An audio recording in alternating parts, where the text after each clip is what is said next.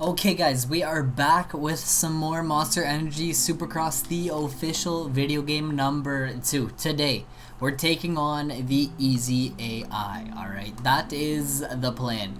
We are gonna hop in and do this at the Los Angeles Memorial Coliseum, the LA Coliseum. I haven't played this track very much, and I was just kind of thinking, with MXGP Pro approaching, I'm probably not going to be playing Supercross 2 as much when that game releases, and I haven't really touched on the DLC very much. Like, there are a few DLC tracks within this game. I mean, what we're looking at right here is the list of DLC tracks, so I think it is time I hop in and have some fun on these tracks and just play around with them, get some experience on them, and bring you guys some interesting gameplay. So that's the plan. Let's roll the intro.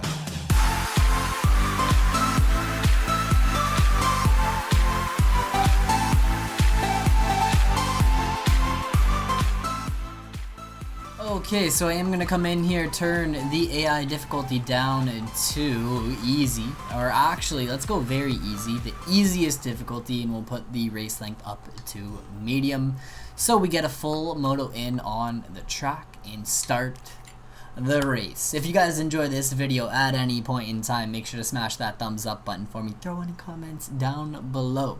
If you guys have this game, if you have the DLC, or if you know about the DLC for this game, let me know what your favorite DLC track is within Monster Energy Supercross, the official video game number 2. Mine would probably be this one, just because it's unique, it's different, and there aren't many tracks like this one for recent moto games. This one kind of stands out as iconic in my opinion. So throw your comments down below. If you guys haven't, make sure to click that subscribe button, guys. We are on the road to 10,000. Become a member of the Goon Army. Check out the Once Company linked in the description. Follow me on Instagram, Twitter, and yeah, that's pretty much it. At Goonzig. Facebook, that was the other one.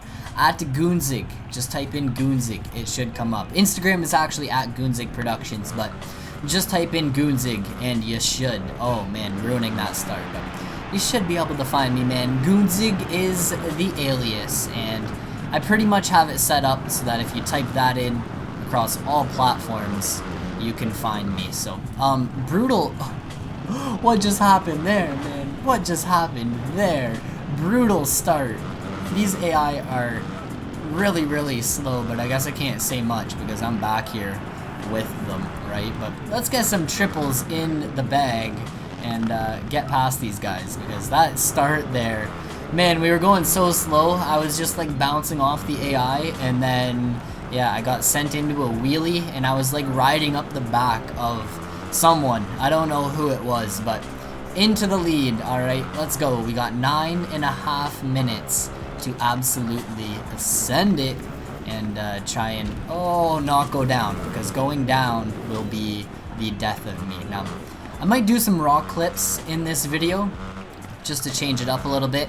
I used to do raw clips all the time, so maybe bring them back. I was just kind of thinking of how could I touch on some old video ideas and maybe bring them back. I was like, well, Easy AI, maybe do some raw gameplay in here as well, and we'll just have some fun with it, because I do think DLC is a big part of these games, especially moto games, because playing the same tracks over and over again, you can't really get like too many hours of gameplay out of, you know, a limited number of tracks. So DLC can extend a game's life, and I think of it like, you know, Call of Duty. Call of Duty has their DLC map packs because after a certain amount of time, people are looking for fresh new content, and it keeps the game going for that much longer. Now, DLC, it's an interesting thing. I think Call of Duty has been doing it probably in the worst way possible recently, but we are starting to see a lot of variety within DLC, and a lot of companies kind of doing their own thing and doing different things with DLC. I just said DLC like 50,000 times, but I guess if I didn't say that, I would have said like map packs or downloadable content 50,000 times. But you guys know what I mean. Like, we're starting to see battle passes in different games and map packs. Like, the battle pass is a different way to promote content from map packs. It's totally different. And then we have, I mean, these games, sometimes they don't necessarily do like map packs. Like, it's interesting because Supercross 2 here, we have received kind of what I would call a map pack. The compound, the playground compound is what I would call a map pack. It goes from being, I mean, one big freeride map to a bunch of individual tracks. So that's kind of a map pack. But then we also have like this track, which was, I believe, dropped on its own. And then we have like the cosmetic side of things where bikes and stuff like that are all dropped individually, although I don't think there are bikes in this game. But in All Out, you can go ahead and buy some DLC bikes. And then talking about All Out, I'm not going to compare the two, but talking about All Out with the Pro Motocross DLC that just came out, the way they're doing it is it's like a bundle. So different tracks are getting released at different times and you pay a certain price, and then eventually you unlock all of those tracks as they're released. So that's pretty cool. And I think in the near future, just with how everything's going and like society saying that, I mean, micro transactions, supply drops and all that kind of are a form of gambling, it's gonna be interesting to see like where DLC goes. And I don't know, I think like this track, it's fun, but there almost needs to be something new and fresh thrown into these games to make them live that much longer. Like, these Supercross games, I don't know, I could play this track 10 times, have it memorized, and then each race won't necessarily be fresh and new. And that kind of brings me to my next topic. This is just going to be a rant video, guys. I should have said that at the start.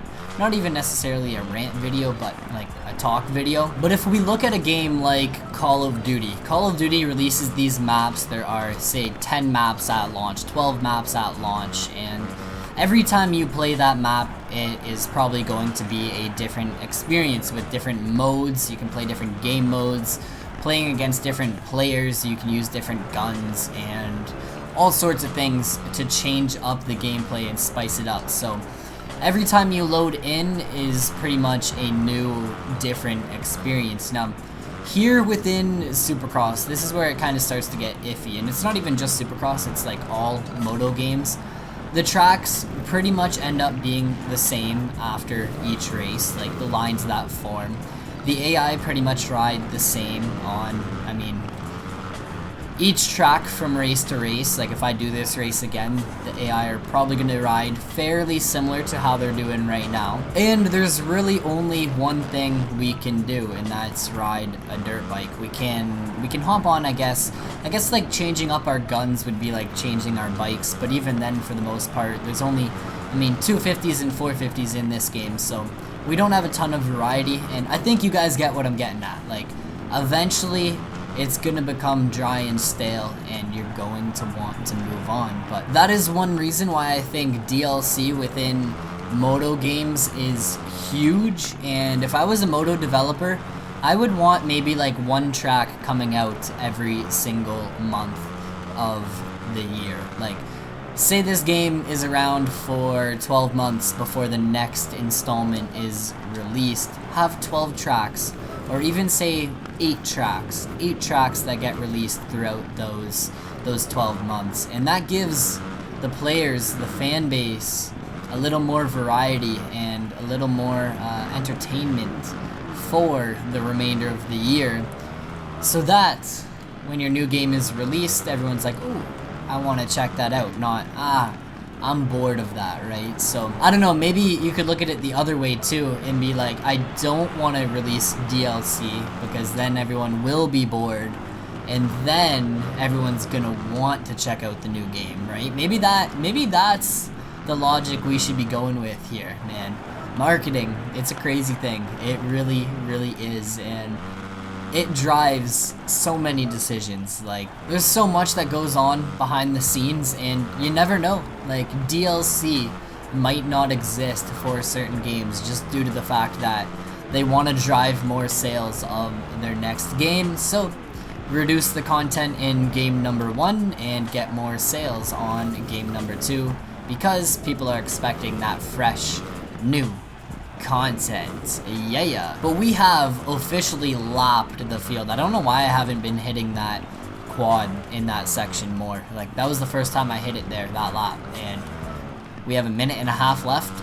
Wow. But this track's a ton of fun. We have like over a 1 minute lead, 1 minute 13 seconds on Anderson, who's chilling in P2. So we have left the building, and we're cruising. The easy AI, it's always fun to hop in, play against the easy AI, and just have fun with it. The chill videos, we all need our chill videos now and then, right? But with a minute left on the clock, I want to see if we can actually lap anyone twice, or is that not going to happen?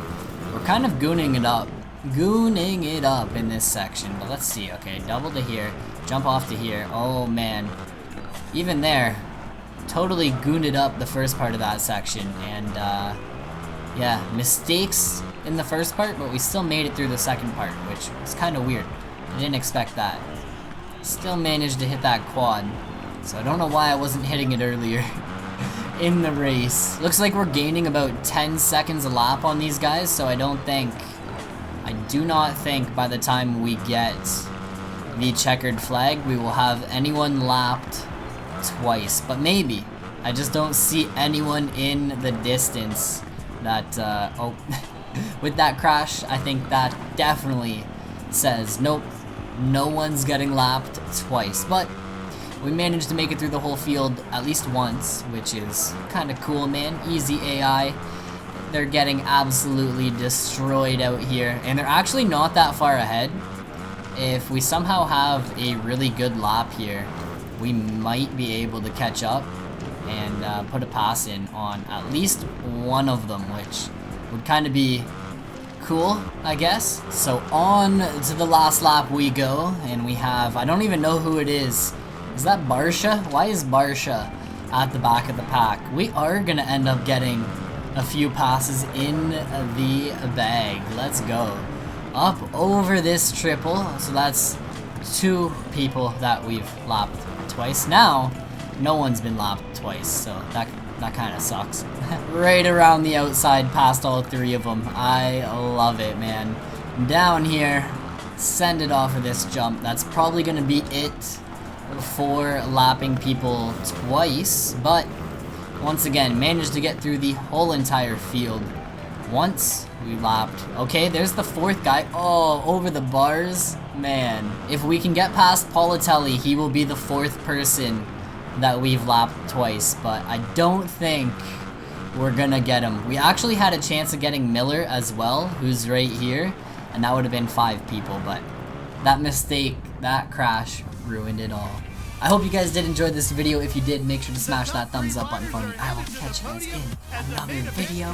Peace out.